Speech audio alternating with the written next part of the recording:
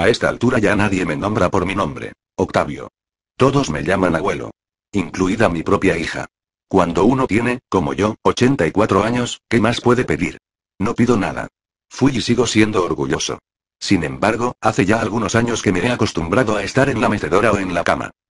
No hablo. Los demás creen que no puedo hablar, incluso el médico lo cree. Pero yo puedo hablar. Hablo por la noche, monólogo, naturalmente que en voz muy baja, para que no me oigan. Hablo nada más que para asegurarme de que puedo. Total, ¿para qué?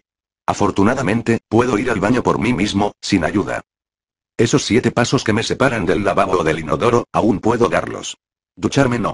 Eso no podría hacerlo sin ayuda, pero para mi higiene general viene una vez por semana, me gustaría que fuese más frecuente, pero al parecer sale muy caro, el enfermero y me baña en la cama. No lo hace mal. Lo dejo hacer, ¿qué más remedio? Es más cómodo y además tiene una técnica excelente. Cuando al final me pasa una toalla húmeda y fría por los testículos, siento que eso me hace bien, salvo en pleno invierno. Me hace bien, aunque, claro, ya nadie puede resucitar al muerto. A veces, cuando voy al baño, miro en el espejo mis vergüenzas y nunca mejor aplicado el término. Mis vergüenzas. Unas barbas de chivo, eso son. Pero confieso que la toalla fría del enfermero hace que me sienta mejor. Es lo más parecido al baño vital que me recomendó un naturista hace unos 60 años. Era, él, no yo, un viejito, flaco y totalmente canoso, con una mirada pálida pero sabionda y una voz neutra y sin embargo afable. Me hizo sentar frente a él, me dio un vistazo que no duró más de un minuto, y de inmediato empezó a escribir a máquina, una vieja Remington que parecía un tranvía. Era mi ficha de nuevo paciente. A medida que escribía, iba diciendo el texto en voz alta, probablemente para comprobar si yo pretendía refutarlo. Era increíble. Todo lo que iba diciendo era rigurosamente cierto. 2 veces sarampión, una vez rubéola y otra escarlatina, difteria, tifus, de niño hizo mucha gimnasia, menos mal porque si no hoy tendría problemas respiratorios. Varices prematuras, hernia inguinal reabsorbida, buena dentadura, etc. Ese día no me había dado cuenta de que era poseedor de tantas taras juntas. Pero gracias a aquel tipo y sus consejos, de a poco fui mejorando. Lo malo vino después, con años y más años. Años. No hay naturista ni matasanos que te los quite. Ahora que debo quedarme todo el tiempo quieto y callado, quieto, por obligación. Callado, por vocación, mi diversión es recorrer mi vida, buscar y rebuscar algún detalle que creía olvidado y sin embargo estaba oculto en algún recoveco de la memoria. Con mis ojos casi siempre llorosos, no de llanto sino de vejez, veo y recorro las palmas de mis manos. Ya no conservan el recuerdo táctil de las mujeres que acaricié, pero en la mente sí las tengo, puedo recorrer sus cuerpos como quien pasa una película y detener la cámara a mi gusto para fijarme en un cuello, ¿será el de Ana? Que siempre me conmovió, en unos pechos, ¿serán los de Luisa? Que durante un año entero me hicieron creer en Dios, en una cintura, ¿será la de Carmen? Que reclamaba mis brazos que entonces eran fuertes, en cierto pubis de musgo rubio al que yo llamaba mi vellocino de oro, ¿será el de Emma? Que aparecía tanto en mis ensueños, matorral de lujuria, como en mis pesadillas, suerte de moloch que me tragaba para siempre. Es curioso, a menudo me acuerdo de partículas de cuerpo y no de los rostros o los nombres. Sin embargo, otras veces recuerdo un nombre y no tengo idea de a qué cuerpo correspondía. ¿Dónde estarán esas mujeres? ¿Seguirán vivas? ¿Las llamarán abuelas, solo abuelas, y no habrá nadie que las llame por sus nombres? La vejez nos sumerge en una suerte de anonimato. En España dicen, o decían, los diarios. Murió un anciano de 60 años. Los cretinos. ¿Qué categoría reservan entonces para nosotros, octogenarios pecadores? ¿Escombros? ¿Ruinas? ¿Esperpentos? Cuando yo tenía 60 era cualquier cosa menos un anciano. En la playa jugaba a la paleta con los amigos de mis hijos y les ganaba cómodamente. En la cama, si la interlocutora cumplía dignamente su parte en el diálogo corporal, yo cumplía cabalmente con la mía. En el trabajo no diré que era el primero, pero sí que integraba el pelotón. Supe divertirme, eso sí, sin agraviar a Teresa. He ahí un nombre que recuerdo junto a su cuerpo. Claro que es el de mi mujer. Estuvimos tantas veces juntos, en el dolor pero sobre todo en el placer. Ella, mientras pudo, supo cómo hacerlo. Puede ser que se imaginará que yo tenía mis cosas por ahí, pero jamás me hizo una escena de celos, esas porquerías que corro en la convivencia. Como contrapartida, cuidé siempre de no agraviarla, de no avergonzarla, de no dejarla en ridículo, primera obligación de un buen marido, porque eso sí es algo que no se perdona. La quise bien, claro que con un amor distinto. Era de alguna manera mi complemento, y también el colchón de mis broncas. Suficiente. Le hice 3 varones y una hembra. Suficiente. El ataque de asma que se la llevó fue el prólogo de mi infarto. 68 tenía, y yo 70. O sea que hace 14 años. No son tantos. Ahí empezó mi marea baja. Y sigue. ¿Con quién voy a hablar? Me consta que para mi hija y para mi yerno soy un peso muerto. No diré que no me quieren, pero tal vez sea de la manera como se puede querer a un mueble de anticuario o a un reloj de Cuco, en estos tiempos, a un horno de misar. No digo que eso sea injusto. Solo quiero que me dejen pensar. Viene mi hija por la mañana temprano y no me dice qué tal papá sino qué tal abuelo, como si no proviniera de mi prehistórico espermatozoide. Viene mi yerno al mediodía y dice qué tal abuelo. En él no es una errata sino una muestra de afecto, que aprecio como corresponde, ya que él procede de otro espermatozoide, italiano tal vez puesto que se llama Aldo Cagnoli. Qué bien, me acordé del nombre completo. A una y a otro les respondo siempre con una sonrisa, un cabeceo conformista y una mirada, lacrimosa como de costumbre, pero inteligente. Esto me lo estoy diciendo a mí mismo, de modo que no es vanidad ni presunción ni coquetería senil, algo que hoy se lleva mucho. Digo inteligente, sencillamente porque es así. También tengo la impresión de que ellos agradecen al Señor de que yo no pueda hablar, eso se creen. Imagino que se imaginan. Cuánta cháchara de viejo nos estamos ahorrando. Y sin embargo, bien que se lo pierden. Porque sé que podría narrarles cosas interesantes, recuerdos que son historia. ¿Qué saben ellos de las 2 guerras mundiales, de los primeros Ford a bigote, de los Olímpicos de Colombes, de la muerte de Batlle y Ordóñez, de la despedida a Rodó cuando se fue a Italia, de los festejos cuando el centenario? Como esto lo converso solo conmigo, no tengo por qué respetar el orden cronológico, menos mal. ¿Qué saben, eh? Solo una noticia, o una nota al pie de página, o una mención en la perorata de un político. Nada más. Pero el ambiente, la gente en las calles, la tristeza o el regocijo en los rostros, el sol o la lluvia sobre las multitudes, el techo de paraguas en la plaza Cagancha cuando Uruguay le ganó 3-2 a Italia en las semifinales de Ámsterdam y el relato del partido no venía como ahora por satélite sino por telegramas, carga uruguaya. Italia cede córner. Los italianos presionan sobre la valla defendida por Mazzali. Scarone tira desviado, etc., nada saben y se lo pierden. Cuando mi hija viene y me dice qué tal abuelo, yo debería decirle ¿te acordás de cuando venías a llorar en mis rodillas porque el hijo del vecino te había dicho che negrita y vos creías que era un insulto ya que te sabías blanca, y yo te explicaba que el hijo del vecino te decía eso porque tenías el pelo oscuro, pero que además, de haber sido negrita, eso no habría significado nada vergonzoso porque los negros, salvo en su piel, son iguales a nosotros y pueden ser tan buenos o tan malos como los blanquísimos? Y vos dejabas de llorar en mis rodillas, los pantalones quedaban mojados, pero yo te decía no te preocupes, mijita, las lágrimas no manchan, y salías de nuevo a jugar con los otros niños y al hijo del vecino lo sumías en un desconcierto vitalicio cuando le decías, con todo el desprecio de tus 7 años, che blanquito. Podría recordarte eso, pero ¿para qué? Tal vez dirías, ay abuelo, ¿con qué pavadas me venís ahora? A lo mejor no lo decías, pero no quiero arriesgarme a ese bochorno. No son pavadas, Teresita, te llamas como tu madre, se ve que la imaginación no nos sobraba, yo te enseñé algunas cosas y tu madre también. Pero ¿por qué cuando hablas de ella decías, entonces vivía mamá, y a mí en cambio me preguntas qué tal, abuelo? A lo mejor, si me hubiera muerto antes que ella, hoy dirías, cuando vivía papá. La cosa es que, para bien o para mal, papá vive, no habla pero piensa, no habla pero siente.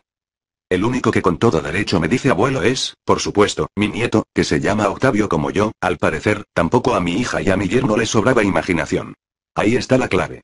Cuando le digo Octavio, le digo. Porque con mi nieto es con el único ser humano con el que hablo, además de conmigo mismo, claro. Esto empezó hace un año, cuando Octavio tenía 7. Una vez yo estaba con los ojos cerrados y, creyéndome solo, dije en voz no muy alta pero audible, carajo, me duele el riñón. Pero no estaba solo. Sin que yo lo advirtiera había entrado mi nieto. Pero abuelo, ¿estás hablando?, dijo con un asombro alegre que me conmovió. Le pregunté si había alguien en la casa y como dijo que no había nadie, le propuse un convenio. Por un lado él mantenía el secreto de que yo podía hablar, y por otro, yo le contaría cuentos que nadie sabía. Está bien, dijo, pero tenemos que sellarlo con sangre. Salió y volvió casi enseguida con una hoja de afeitar, un frasco de alcohol y un paquete de algodón. Se las arregla muy bien y además conoce esos trámites desde que le dieron toda una serie de inyecciones con una vacuna contra la alergia. Con toda tranquilidad me hizo un tajito minúsculo y él se hizo otro, ambos en las muñecas, suficientes como para que salieran unas gotas de sangre, luego juntamos nuestras heridas mínimas y nos abrazamos. Octavio humedeció el algodón con un poco de alcohol, lo apoyó en ambas señales secretas hasta que no salió más sangre y salió corriendo a dejar todo su instrumental en el botiquín. Desde entonces, y siempre que quedamos solos en casa, algo que ocurre con frecuencia, él viene a que, en cumplimiento del pacto, le cuente cuentos desconocidos, inéditos. Cuando salen mi hija y mi yerno, le dicen a ver si cuidas al abuelo, y él responde que sí, con un gestito de fastidio para disimular, pero enseguida me hace un guiño cómplice, y no bien se escucha el portazo que garantiza nuestra intimidad, trae una silla, la coloca junto a mi mecedora o a mi cama y se queda a la espera de mis cuentos, que, como exigencia irrenunciable de nuestro pacto de sangre, deben ser totalmente nuevos. Y ahí viene mi problema, porque buena parte del día me la paso con los ojos cerrados, como si durmiera, pero en realidad pergeñando el próximo cuento y cuidando hasta los mínimos detalles, ya que si en un cuento anterior el zorro se había lastimado una pata en una trampa y ahora anda corriendo en busca de gallinas, Octavio de inmediato me hace notar que aún no tuvo tiempo de curarse y entonces debo improvisar una fe de erratas oral y donde dije corre debe decir renquea. Y si el viejo brujo de la montaña se había quedado calvo por el esfuerzo de azotar diariamente a los gnomos del bosque y en un cuento posterior se peinaba mirándose en la laguna, Octavio enseguida observa, ¿pero cómo, no era calvo? Y ahí puedo salir un poco mejor del atolladero, ya que el brujo, por el mero hecho de ser brujo, puede, mediante un ensalmo, recuperar el pelo. Y el nieto pregunta si se da el caso que él quede pelado, también podrá recuperar el pelo. Vos no, lo desengaño, porque no sos ni serás brujo. Y él dice que lástima y tiene un poco de razón, porque si yo hubiera sido brujo también me habría hecho crecer el pelo que perdí sin remedio antes de los 50. No soy yo el único que narra, también él me cuenta lo que ocurre en el colegio, en la calle, en la televisión, en el estadio. Es hincha de Danubio y se asombra de que yo sea de Wanderers. Trato de hacer proselitismo, pero evidentemente no hay nadie capaz de convertirlo en transfuga. Entonces le cuento viejos partidos o jugadas célebres, como cuando Piendiveni le hizo el célebre gol al divino Zamora, o cuando el manco Castro usaba con alevosía su muñón en el área penal, o cuando el flaco García mantuvo invicta su valla, Clark y los backs eran nada menos que Nazasi y Domingos Daguía, durante una rueda y media, o cuando Girgia hizo el gol de la victoria en Maracaná, o cuando, y él me escucha como un oráculo y yo pienso que suerte todavía puedo hablar para crear este asombro suyo y este placer mío. La verdad es que no recuerdo cómo eran mis hijos cuando tenían la edad que hoy tiene Octavio. El mayor murió. ¿Cuánto hace que murió Simón? Fue después de lo de Teresa. Al fin y al cabo, ¿qué importa la fecha? Murió y se acabó. No tuvo hijos, creo, o los habré olvidado. Nunca estoy seguro de mis lagunas, que a veces son océanos. El segundo, Braulio, sí los tuvo, pero todos están en Denver, ¿qué habrá ido a hacer allí? La verdad es que no recuerdo. A veces manda fotos, tomadas con su encantadora Polaroid, o alguna postal, con un abrazo para el viejo. Soy yo.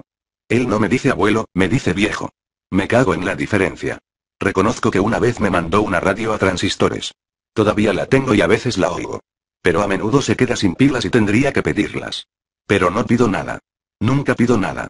Reconozco que soy un orgulloso de mierda, pero a esta altura no voy a reeducarme, ¿no es cierto? Total, el que me jodo soy yo, porque si la radio tuviera simples pilas, podría escuchar alguno que otro partido, no muchos porque los locutores en general me cansan con su entusiasmo fingido y sus fallas de sintaxis. También podría escuchar el Sodre cuando pasan música clásica, que es la única que digiero.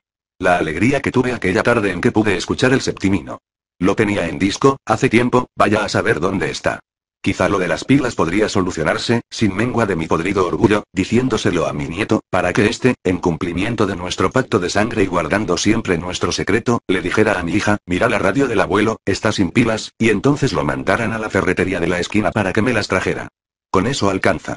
Yo las sé colocar, aunque a veces las pongo al revés y la radio no funciona.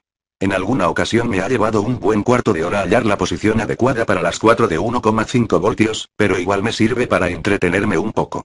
¿Qué más puedo hacer? Leer, ya no puedo. Televisión, tampoco. Pero escuchar la radio o cambiarle las pilas, sí. Mi tercer hijo se llama Diego y está en Europa, enseña en Zurich, me parece, sabe alemán y todo. Tiene 2 hijas que también saben alemán, pero en cambio no saben español. Qué cagada, ¿verdad? Diego es menos escribidor que Braille, y eso que su especialidad es la literatura, pero, naturalmente, la literatura suiza. Para las navidades manda también su tarjeta, en la que las niñas ponen sus saludos pero en alemán. Yo no sé alemán, apenas un poco de inglés para defenderme en correspondencia comercial, de la que yo mismo me encargaba cuando era gerente de la Mercantil del Sur, importaciones y exportaciones. Digamos, frasecitas como I acknowledge receipt of your kind letter, o very truly yours, lo suficiente para que los de allá puedan contestar dear sirs, o gentlemen. También ese hijo menor a veces me manda algún regalito, verbigracia un llavero suizo de 18 quilates. En esa ocasión sonreí, como diciendo qué lindo, pero en realidad pensando qué boludo, ¿para qué quiero yo un llavero de oro 18, si estoy aquí semipostrado? De modo que mis contactos con el mundo se reducen a mi hija, cuando entra y me dice qué tal abuelo, a mi yerno cuando iden, de vez en cuando al médico, al enfermero cuando viene a lavar mis pelotas ya jubiladas, y también el resto de este cuerpo del delito. Bueno, y sobre todo, está mi nieto, que creo es lo único que me mantiene vivo. Es decir, me mantenía. Porque ayer por la mañana vino y me besó y me dijo abuelo, me voy por 15 días a Denver con el tío Braille, ya que saqué buenas notas y me gané estas vacaciones. Yo no podía hablar, y no sé si hubiera podido, porque tenía un nudo en la garganta, ya que también estaban en la habitación mi hija y mi yerno y ni yo ni mi nieto íbamos a violar nuestro pacto de sangre. Así que le devolví el beso, le apreté la mano, puse un instante mi muñeca junto a la suya como testimonio de lo que ambos sabíamos, y sé que él entendió perfectamente cuánto lo iba a extrañar ya que no iba a tener a quien contarle cuentos inéditos. Y se fueron. Pero 3 o 4 horas más tarde volvió a entrar Aldo, y me dijo: mire, abuelo, que Octavio no se fue por 15 días sino por un año y tal vez más, queremos que se eduque en los Estados Unidos, así aprende desde niño el idioma y tendrá una formación que va a servirle de mucho. Él no se lo dijo porque tampoco lo sabía. No queríamos que empezara a llorar, porque él lo quiere mucho, abuelo, siempre me lo dice, y yo sé que usted también lo quiere, ¿no es así? Se lo vamos a decir por carta, aunque mi cuñado lo va a ir preparando. Ah, y otra cosa. Cuando ya se había despedido de nosotros, volvió atrás y me dijo: dale un beso al abuelo y que sepa que estoy cumpliendo nuestro pacto. Y salió corriendo. ¿Qué pacto es ese, abuelo? Cerré los ojos por pudor, aunque como siempre lagrimeo, nadie sabe nunca cuándo son lágrimas de veras, e hice un gesto con la mano como diciendo: cosas de niños. Él se quedó tranquilo y me abandonó, me dejó a solas con mi abandono, porque ahora sí que no tengo a nadie, y tampoco a nadie con quien hablar. Me tomó de sorpresa todo esto. Pero quizás sea lo mejor.